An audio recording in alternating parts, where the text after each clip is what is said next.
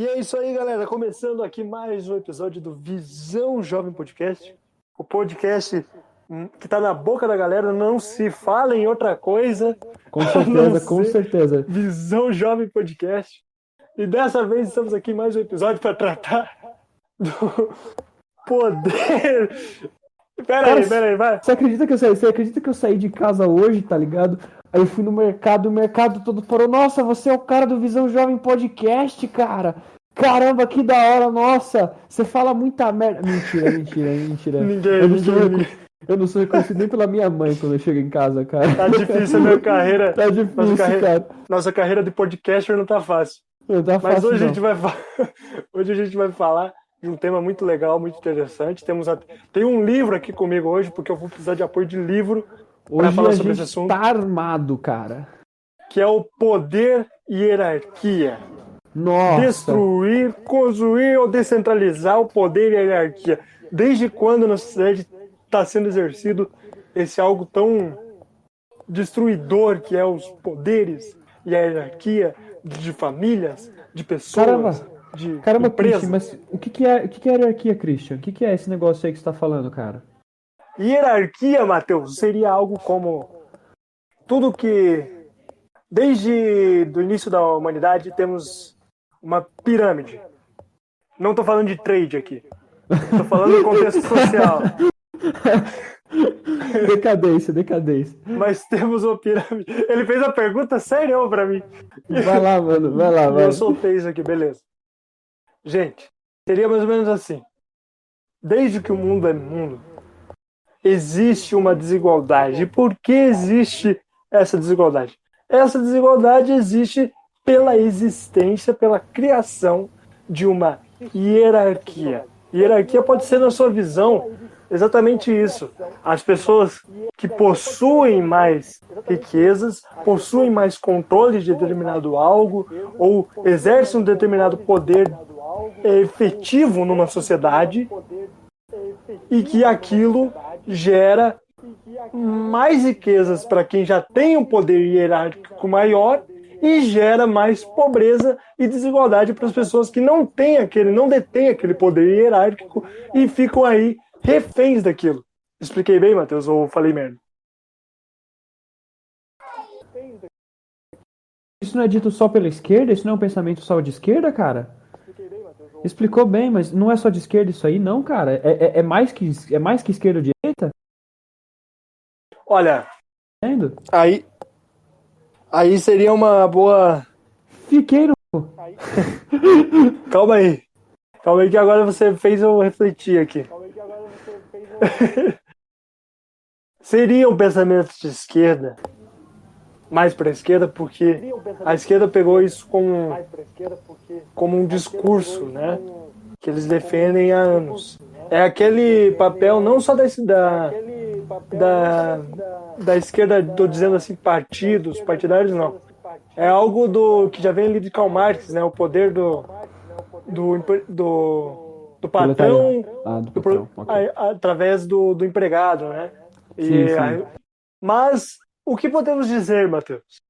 Se é essa a nossa realidade, pelo menos há anos, que cerceia há anos, e infelizmente a gente tem aí um descontrole, um desbalanceamento completo, onde as pessoas mais carentes vão gerar riquezas para as pessoas que já são ricas e vão ficar mais ricas. E aquela pessoa vai trabalhar mais para continuar gerando riqueza para aquele monopólio que a pessoa forma, para aquele verdadeiro poder hierárquico que ela exerce. É exatamente essa a palavra. Então eu acho que vai muito além da esquerda ou da direita, porque direita... Bom, não vou entrar nesses méritos. A gente tem ouvinte de direita, não faz isso com os caras, não. Não vou entrar nesses méritos. Quer dizer, a gente tem ouvinte. De lado, a gente não sabe se a gente tem ouvinte, mas algumas visualizações dizem que provavelmente a gente tem. Tá então, umas duas aí. A gente tem alguma responsabilidade com o que a gente fala aqui. Exatamente. Então, por isso, eu vou deixar abranger esse espaço entre os dois estados e vou jogar bomba no colo do Matheus aí, Né? porque o cara tá armado, o cara tem livro, o Eu tô cara com a é Bíblia aqui, cara. intelectual, o cara veio com a Bíblia para falar sobre o poder hierárquico, para vocês verem que não é só coisa de direita e esquerda, não, é muito além disso. Tira isso da sua cabeça. Enquanto você estiver ouvindo isso aqui, você abre sua mente aí. Vai, Matheus. Então vamos lá, pessoal. Antes da gente estar aqui falando um pouquinho sobre esse poder, essa hierarquia, eu vou dar mais um contexto histórico do que acontece, tá? Do geral, assim.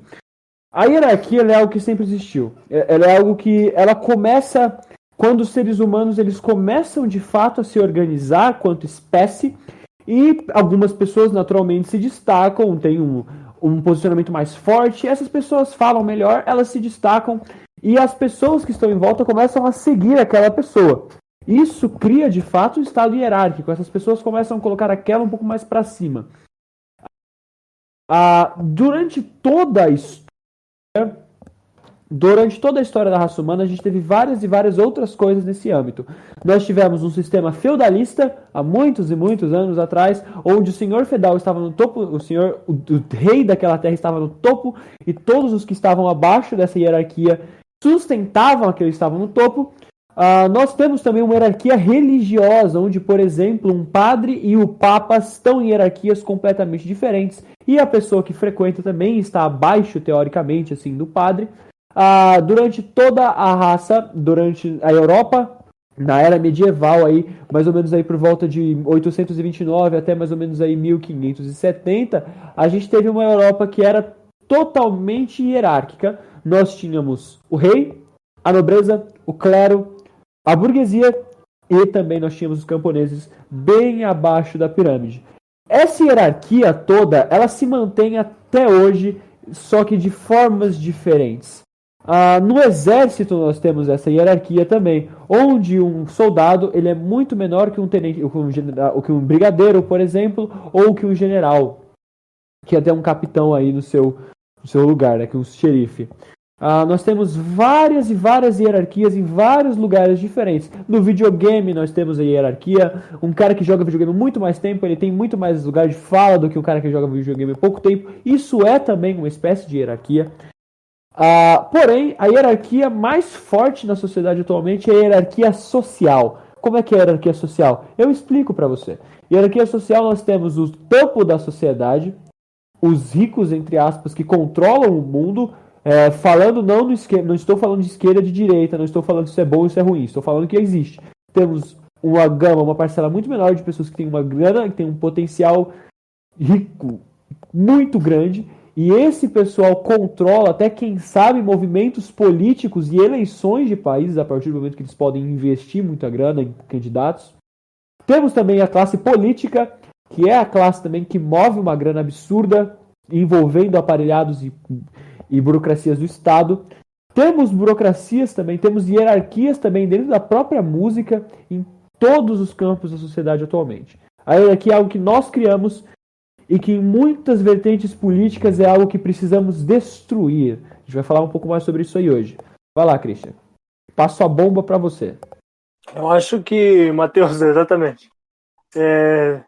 Tanto num contexto social, como a gente iniciou esse episódio de hoje, ele é algo que exatamente está presente na sociedade desde o início, no mundo desde o início. O mundo se construiu, meio que se construiu dessa forma. E por que a gente precisa desconstruir, destruir, como disse o Matheus, algo assim na política, né? Porque a gente tem que se libertar disso, do centralização do poder, né? Eu acho que o ideal seria descentralizar para que as pessoas pudessem realmente ter uma voz efetiva em decisões políticas, em decisões de algo, de coisas que seriam melhores e benefícios para elas, que é o que não acontece. O que acontece atualmente? Por que a hierarquia, o poder hierárquico atrapalha a gente hoje em dia, no contexto de hoje? Porque sempre quando você precisa de algo do governo, eu, por exemplo, posso dizer isso com propriedade porque já precisei, não só eu, mas pessoas da minha família precisaram da ajuda do governo, você pode ver. É uma burocracia tamanha que chega a ser ridícula. São anos e anos para que você consiga ter os seus direitos garantidos, né? E por que existe toda essa burocracia? Justamente para complicar as coisas, para que o governo não precise tirar o dinheiro que é seu, devolva esse dinheiro para você. Quando o poder político tem o controle do dinheiro, tem o controle do dinheiro das pessoas que trabalham, que enriquecem o governo através dos impostos, através de taxas de tudo que é tipo, tudo tem que pagar, tudo que você usa, você paga para o governo. Enfim, isso acaba destruindo a gente aos poucos. Porque aí você paga para eles, você dá o seu dinheiro para eles, e quando você precisa daquele dinheiro, não, mas aí a tua renda é muito alta para você receber esse benefício, você não pode. Você não pode receber. Ou você para de trabalhar ou você tem o benefício. Então, qual que é o problema aqui, Matheus? Qual que é o X da questão? Se não existisse toda essa força, esse poder hierárquico, dentro da política, dentro do governo em si, dentro das leis, de como é constituído, a nossa realidade brasileira, porque no Brasil você sabe que é tudo hardcore, né? É tudo jogado no máximo para que você... A gente zera a vida no mais difícil, cara. Para que você garanta o mínimo que é do seu direito. E você não tem. E por que precisa ser destruído isso? Porque aí fica muito injusto até, Matheus. Fica muito injusto. A gente se sente lesado realmente de trabalhar ali vários e vários anos, pessoas que trabalham anos e anos da vida dela e que não conseguem se aposentar. Quantas vezes a gente já viu essa realidade acontecer? E é justamente por isso. Porque eles estão no controle. Porque eles decidem o que fazer com o nosso dinheiro. O que fazer com o poder que eles têm. Eles usam desse poder. Só que a gente não tem. E a gente não tem essa voz para debater contra eles. Por conta da hierarquia. Tá muito revolucionário, hein, cara? Não, meu sangue revolucionário tá... Nossa senhora. Tá no auge o cara aí. Enfim, essa ideia que você passou, cara, ela é muito importante. Porque o que acontece? A gente tá no Brasil, cara. A gente tá no Brasil. O Brasil, ele funciona exatamente dessa forma. É burocracia atrás de burocracia. Existem vários países da Europa, existem vários lugares no mundo, inclusive, que o Estado, entre aspas, funciona. Que as pessoas pagam seus impostos, mas têm uma educação de qualidade, têm, de fato, uma saúde de qualidade. Quando precisam, o governo devolve, entendeu? Eles têm renda. Na Alemanha, os cidadãos eles têm renda caso não consigam trabalhar, não consigam gerar. O Estado subsidia o pão. Na Noruega é a mesma coisa. Se uma pessoa realmente não consegue, o Estado passa o pão para essa pessoa. Existe uma renda para essas pessoas, entende? No Brasil isso não funciona. Por quê? Porque a gente tem um esquema estatal, um aparelhamento estatal gigantesco. A hierarquia estatal é muito grande. Eu, como cidadão brasileiro, não consigo cobrar diretamente o presidente da República, porque ele está muito acima do meu potencial. Ele está muito acima de mim. Ele está num grau hierárquico gigantesco. E a hierarquia, não só no contexto social, mas também no contexto pessoal, está, por exemplo, numa casa onde o machismo predomina. Onde o pai é de fato o topo e ele que dirige a casa. Isso também é uma hierarquia. O que acontece no nosso país, o que eu vejo que acontece no nosso país, e algo que o Christian também já falou bastante nesses episódios de podcast, é que o aparelhamento estatal brasileiro ele é tão inútil, ele é tão grande e ele é tão sem sentido que ele não serve para ajudar aquilo no que a gente precisa. Não é possível que pagando tudo que a gente paga de imposto, o nosso país não consiga se desenvolver. Nós temos mais de 240 milhões de habitantes, ok? E empregados nós temos mais de 100 milhões de pessoas, 150 milhões. Eu acredito que até um número maior do que isso, eu estou jogando por baixo, que pagam seus impostos. E pagam uma gama muito alta de imposto. E pagando tudo isso, a gente não consegue pagar um sistema de saúde de qualidade, a gente não consegue pagar uma escola de qualidade, faltam professores, nós não conseguimos pagar também perdão, uma segurança de qualidade, e nós não temos as obras concluídas. Isso não é só por causa também do aparelhamento estatal e dos políticos, é por causa do sistema hierárquico que se criou. Quando uma pessoa está muito acima muito acima da pirâmide, ela não vai ver os problemas das pessoas que estão na base da pirâmide. Dificilmente a gente vai ter um cara que está lá no topo que vai olhar lá para baixo. Ele pode até olhar, mas ele não vai conseguir, a visão dele não vai chegar, não vai entender todos os problemas que realmente acontecem. A hierarquia, nesse pensamento, pensando dessa forma, ela é algo totalmente destrutível e horrível, porque ela vai dar o desentendimento da classe maior com a classe base, e a classe da base, como Marx escreveu, vai começar a se revoltar contra o topo da pirâmide. Vão começar a haver várias manifestações e até, quem sabe, uma troca de sistema, sendo ele capitalista ou não, por parte da base e não por parte do topo da pirâmide. Porque até é importante falar, né, Matheus? Esse ponto que você falou, na nossa realidade, em quesito de Brasil, realmente todo o nosso sistema, da forma que ele funciona, entre aspas, mas da forma que ele foi criado, ele não foi criado para abraçar um país como o Brasil. Então, logo, a lei não funciona para todo mundo, porque não tem como controlar tanta gente. Eles não pensaram nisso. O país é muito grande, a gente não tem noção.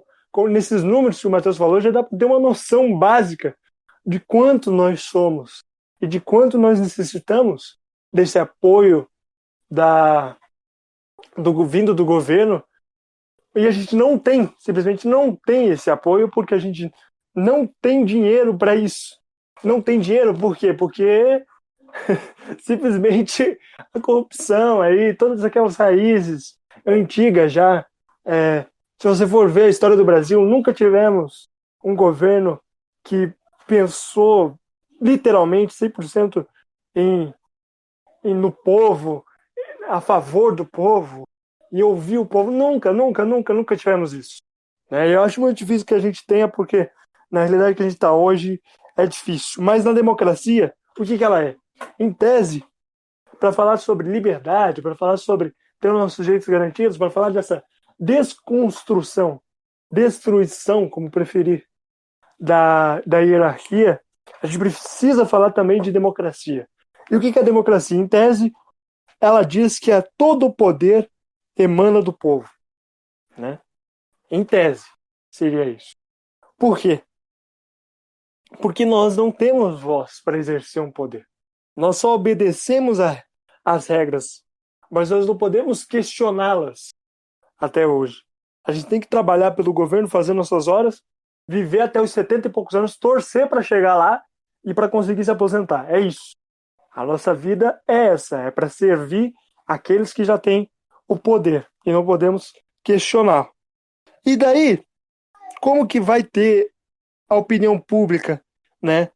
Como é que vai legitimar a expressão de liberdade, da consciência desse sistema democrático? Logo, não é possível estabelecer aí com um governo mundial sem uma espécie de opinião pública, global, digamos assim, em reflexões mais utópicas. Como é que a gente vai fazer isso? Criar algo mais que seja um governo que exerce seu poder igualitário em tamanho global, em aspecto global. Não existe, não tem essa possibilidade. E aí a gente entra, Matheus, não sei se você simpatiza com esse pensamento, mas um cara que tentou fazer isso, e eu não sei se conseguiu, não sei se perdeu, teve aquele projeto, o projeto Syndicate, não sei se você viu, do George Soros. Não, nunca ouvi dizer, cara. Nunca ouviu falar desse projeto? Nunca, mano. Então o que ele queria fazer? Ele queria jogar os problemas públicos, os problemas da sociedade, para a sociedade tentar pensar em uma maneira de resolver. Que ele estava cansado, ele criou esse projeto Syndicate, porque ele estava cansado da alienação das massas, né? E que elas estavam famintas e imprevisíveis aí para ter sua voz ouvida, né?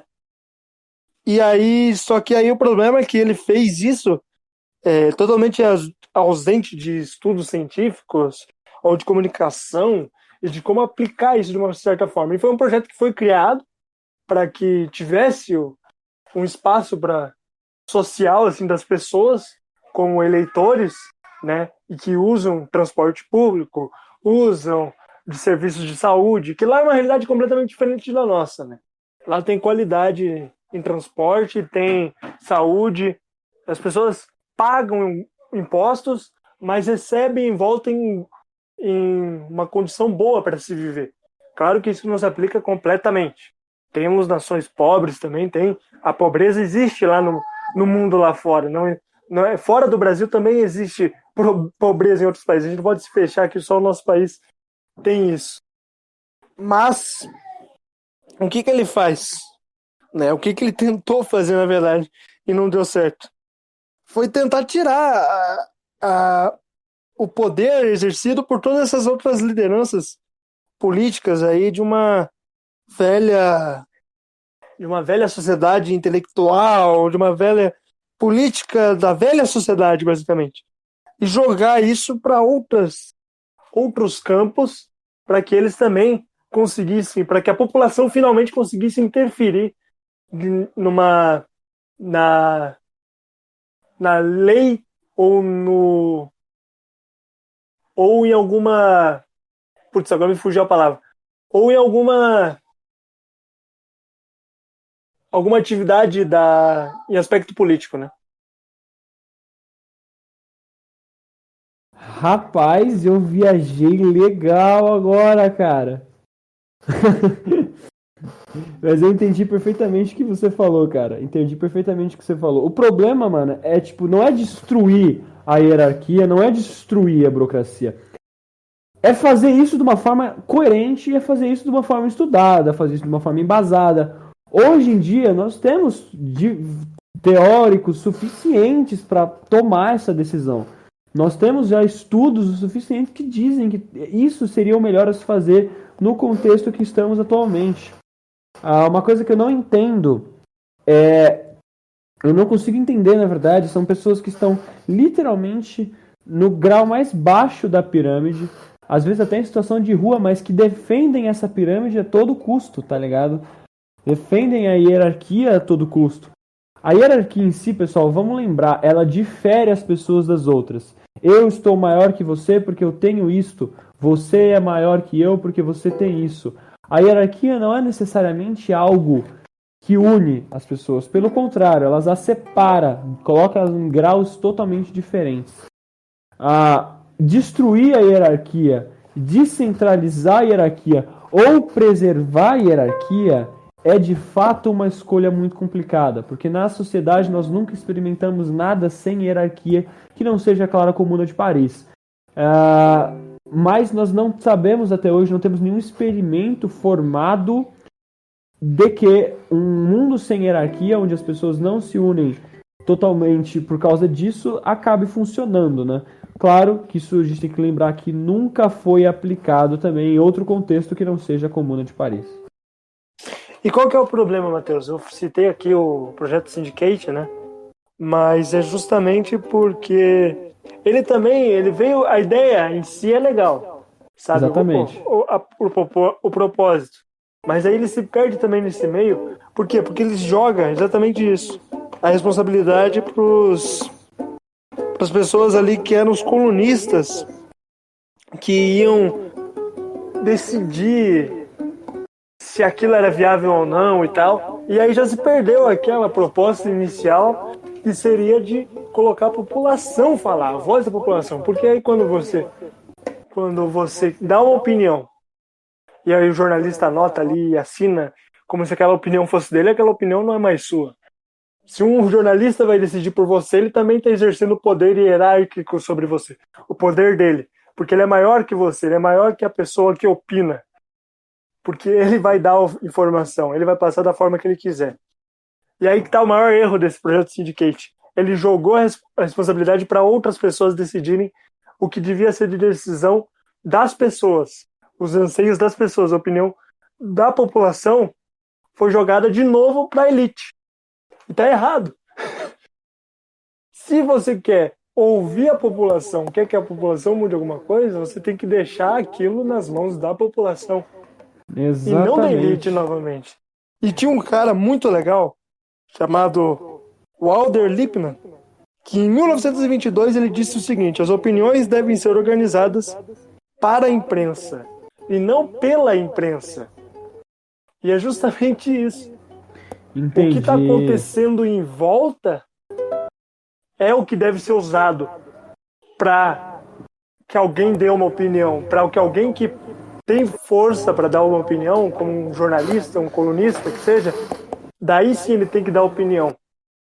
Só que aí tem um grande problema, Matheus. Hoje em dia, o que a gente vê?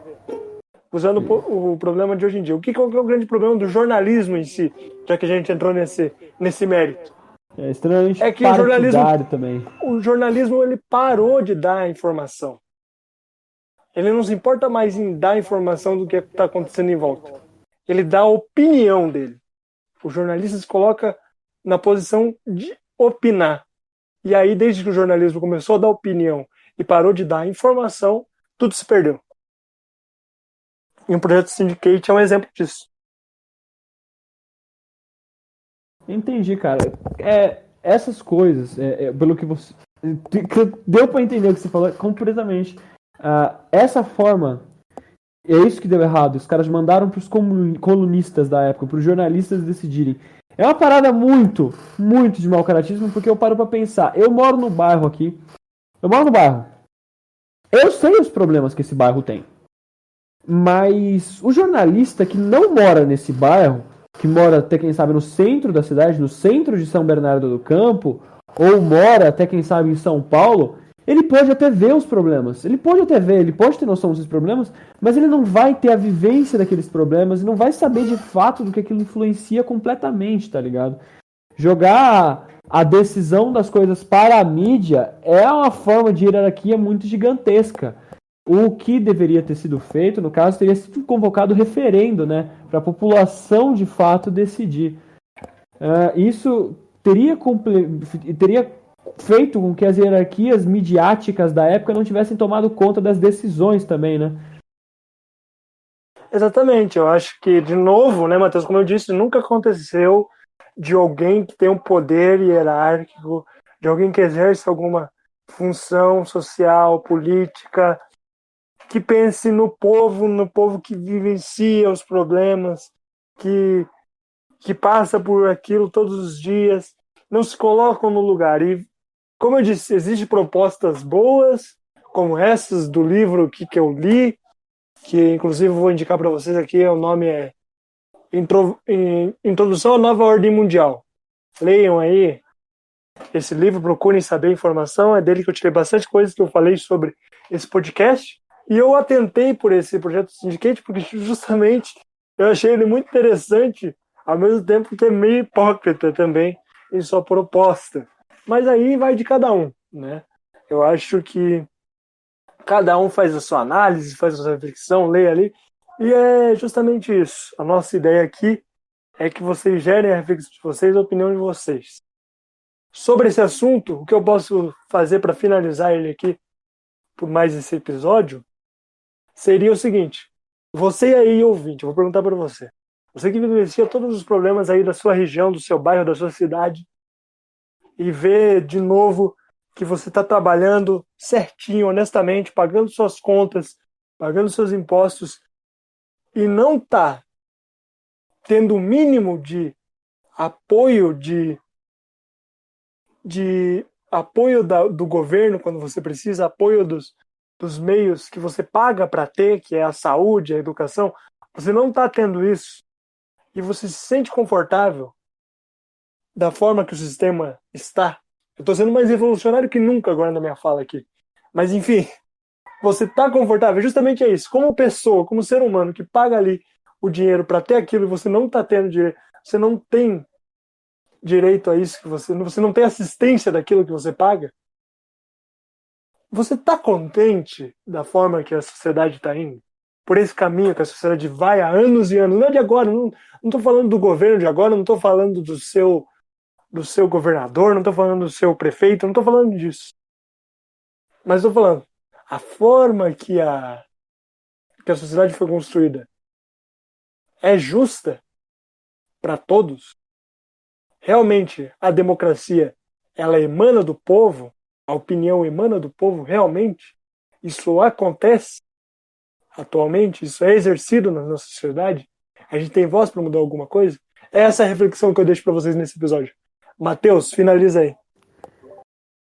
Pessoal, é com mais esse tema incrivelmente complicado, porém tão tanto simples, e também com a indicação de livro de conspiracionista. Tô brincando, Christian, tô brincando. É que o título, né, mano? O Você nome vai do ver. livro é Nova Ordem Mundial. Eu penso, nossa, é do Olavo de Carvalho esta merda. Mas não é não, Não, é. Relaxa, Não a fonte é boa, a fonte é boa. Não, deixa aí. Nova Ordem Mundial. O título não tem nada a ver com o conteúdo. É só pra assustar, é só pra vender. É só pra Beleza. vender. É clickbait. Quer dizer, leitor bait, sei lá como é que eles falam nesse tema. Pessoal, agradeço aí por vocês estarem ouvindo esse episódio maravilhoso de Visão Jovem Podcast. O podcast mais famoso do mundo atualmente. Nós já Não se passamos. fala em outra coisa, não se fala em Já outra coisa. passamos o Nerdcast faz vários anos, inclusive. Nós dominamos completamente todas as formas digitais. E eu vou mandar um doc para vocês, ó. Trabalhamos aos sábados. Trabalhamos aos sábados, aos domingos, e todos os dias aí tá tentar trazer um conteúdo para vocês. Eu vou tocar Mandou uma um música. dó. Vou mandar um Canta dó. aí pra finalizar. Ó, Aqui é cultura também. até cultura também, cara. Não é o podcast da decadência, não. Peraí. Eita, fiz um trítono aqui sem querer. Ó. Tá, vou mandar. Só pra você ter dó da gente, pega esse dó aqui. Nossa, piada merda, hein? Músico é. Olha, não vou falar nada. Você fica quietinho aí. Falou, galera. Foi bom aí. Semana que vem tem mais. Tchau, Christian. Valeu.